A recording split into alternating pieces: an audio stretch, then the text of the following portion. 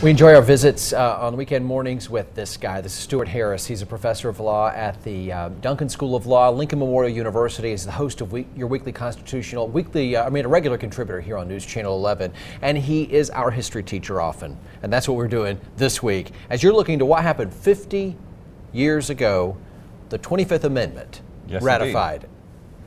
The 25th Amendment. Kind of wish I knew a little more about well, this. You're going to find out about it. You're going to find out about it. And first, I have to say that we always try to be timely, but not partisan. We try to be constitutional, but not political. And so I have to begin with a disclaimer.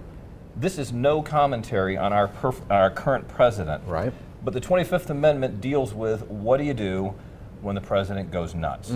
Okay. It is the 50th anniversary. This is an episode we've been planning for quite a long time. And so I call up a fellow by the name of John Feerick. He's the former dean of Fordham Law School. And it turns out that 50 years ago, almost 60 years ago, in the late 1960s, he decided that there was a problem with presidential succession. And there has been a problem with presidential succession throughout most of our history.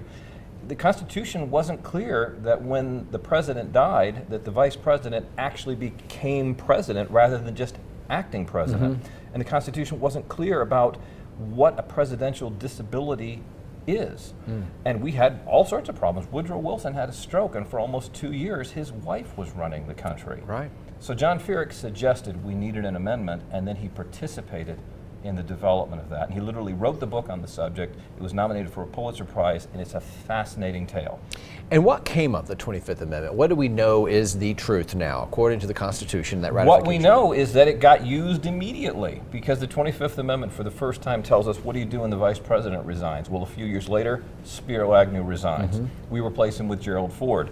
Then it says, what do you do when the president resigns? Well, we found out, because then Gerald Ford became president, the first man to hold both of those offices and never be elected to either one of them. It's been used since then. When George W. Bush had surgery, he declared himself incapacitated while he was under the gas, and actually Dick Cheney became acting president of the United States for a few hours. It's a very, very useful amendment. It's been used. It's very important.